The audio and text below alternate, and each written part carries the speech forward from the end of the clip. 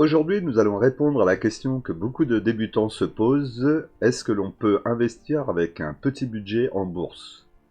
Nous allons voir évidemment que la réponse est oui, puisqu'il y a différentes possibilités de le faire avec des stratégies plus ou moins alternatives, mais qui vous permettront d'investir avec un tout petit budget sans aucun problème.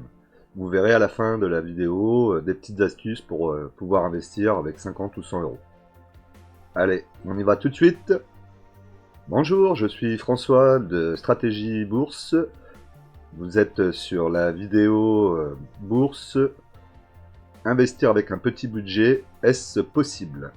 Beaucoup pensent que la bourse est uniquement faite pour les riches, mais aujourd'hui, énormément de plateformes vous proposent d'investir avec des montants vraiment très peu élevés, comme je vous ai dit, aux alentours de 10 euros pour beaucoup de ces plateformes.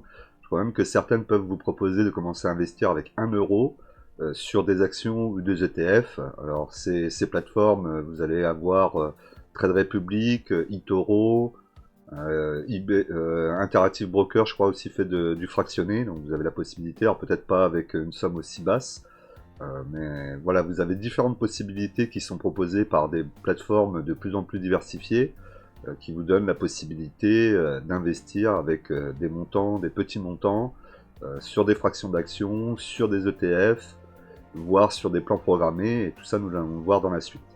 Alors les avantages d'investir avec un petit budget sont tout à fait appréciables, puisque le premier avantage, ça va vous permettre de vous habituer au marché, à commencer à les connaître.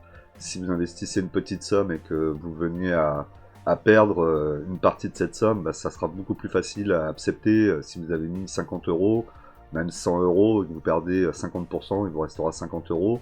Ce sera plus facile au départ de comprendre la volatilité et de voir vos réactions et de commencer à vous connaître en tant qu'investisseur, plutôt que si vous avez mis d'entrée de jeu 5 000 ou 10 000 euros et que là vous perdez 50%.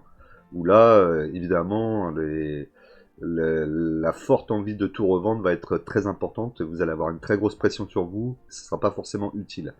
Donc investir des petites sommes petit à petit et commencer avec des petites sommes sont aussi un avantage de ce côté-là.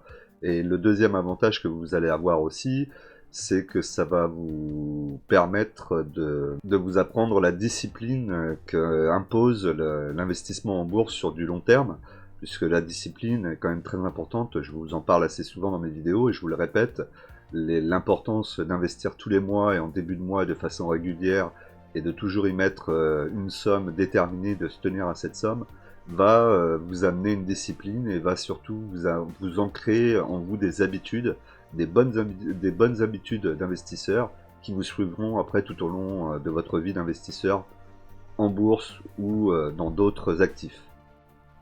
Alors vous me direz, comment commencer? Tout simplement, je vais vous donner quelques astuces toutes simples qu'on a repris au départ de cette vidéo. Donc la première, investissez sur des ETF. Vous avez des ETF à partir de 10 ou 20 euros. Ça, c'est un investissement qui coûte pas trop cher et qui peut vous permettre de rentrer déjà sur la bourse et de comprendre un petit peu les marchés et avoir une belle diversification. Ensuite, vous avez les actions, donc vous pourrez investir dans des fractions d'actions et ainsi commencer à être aussi investi dans des entreprises où vous aurez une part des revenus de la société qu'elle va générer, de ses bénéfices. Ça, c'est aussi une deuxième façon. Et vous pouvez même mixer les deux, hein. Pour commencer, c'est très bien. Par exemple, avoir un ETF, vous mettez 10 euros dedans et vous mettez une action à 10 euros. Et ensuite, évidemment, le deuxième facteur clé de cet investissement, puisque vous n'investissez que des petites sommes, il va falloir être très vigilant au niveau des frais et donc choisir une plateforme avec le minimum de frais. Aujourd'hui, pour ce que je peux connaître, vous avez Trade Republic qui fonctionne plutôt pas mal. Vous avez un plan d'investissement, vous pouvez commencer à partir de 10 euros et commencer à investir par exemple 20 euros par mois sur un ETF et une action. Et comme ça, vous aurez la performance de l'ETF et de l'indice global. Et en côté de ça, vous aurez aussi un dividende. Si vous choisissez une action du type Total qui verse un dividende, vous pourriez toucher un dividende intéressant par rapport à ça. Alors, ce système d'investissement en fraction d'action ou en ETF, les actions uniquement sur CTO, en fraction d'action, ça n'existe pas sur le PEA, Et sur le PEA, vous allez pouvoir acheter un ETF. Vous avez des ETF qui sont parfois aux alentours de 10 ou 20 euros. Il faut regarder un petit peu les ETF. C'est pas forcément le plus cher au niveau de l'ETF. Ça dépend de lequel vous prenez, évidemment. Alors avant de continuer, hein, comme d'habitude, n'oubliez pas que vous avez dans la description le e-book que vous pouvez télécharger pour commencer à investir en tant que débutant.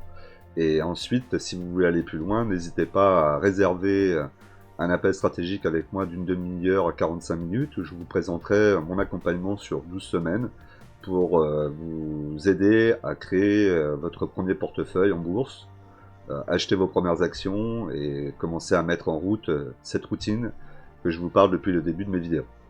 Allez, on reprend. Alors, quelle stratégie utiliser pour investir avec un petit budget? Eh ben, comme je vous ai dit, donc les ETF. Alors les ETF, l'avantage c'est la diversification évidemment. Vous aurez la possibilité d'être très diversifié pour 50 ou 100 euros, ou voire 10 ou 20 euros, je sais pas, il faut regarder au niveau des ETF combien ça coûte, mais vous avez à peu près tous les prix et vous en avez différents ETF suivant si vous êtes sur CTO ou PEA, avec du iShare, avec du Amundi, avec du Lixor.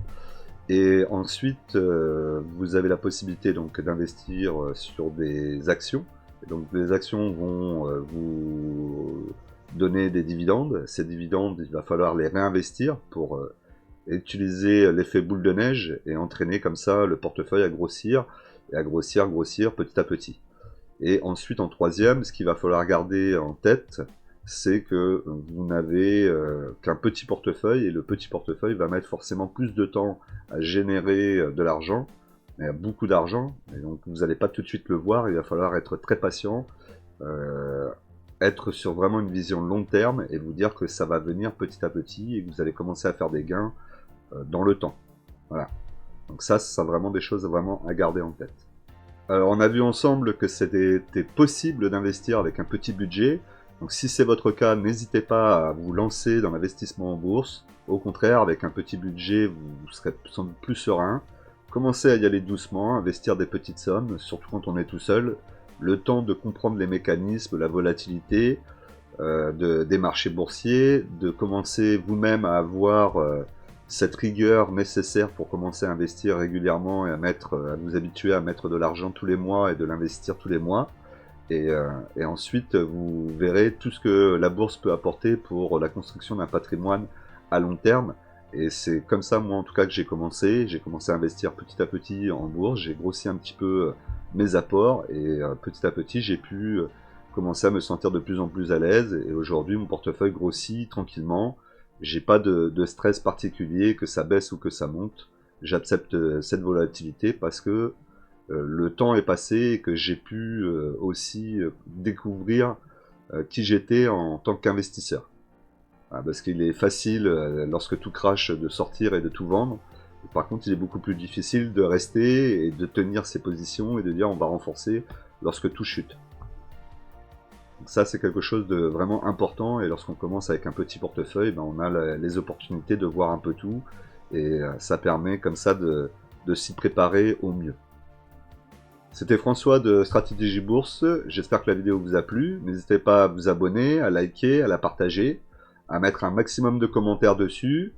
N'oubliez pas que dans la description vous avez le lien pour le e-book, donc allez le télécharger, c'est gratuit.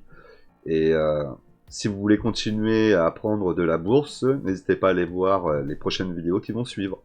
On n'oublie pas qu'en investissement, les impatients payent pour les patients, et nous on se retrouve très vite dans une nouvelle vidéo.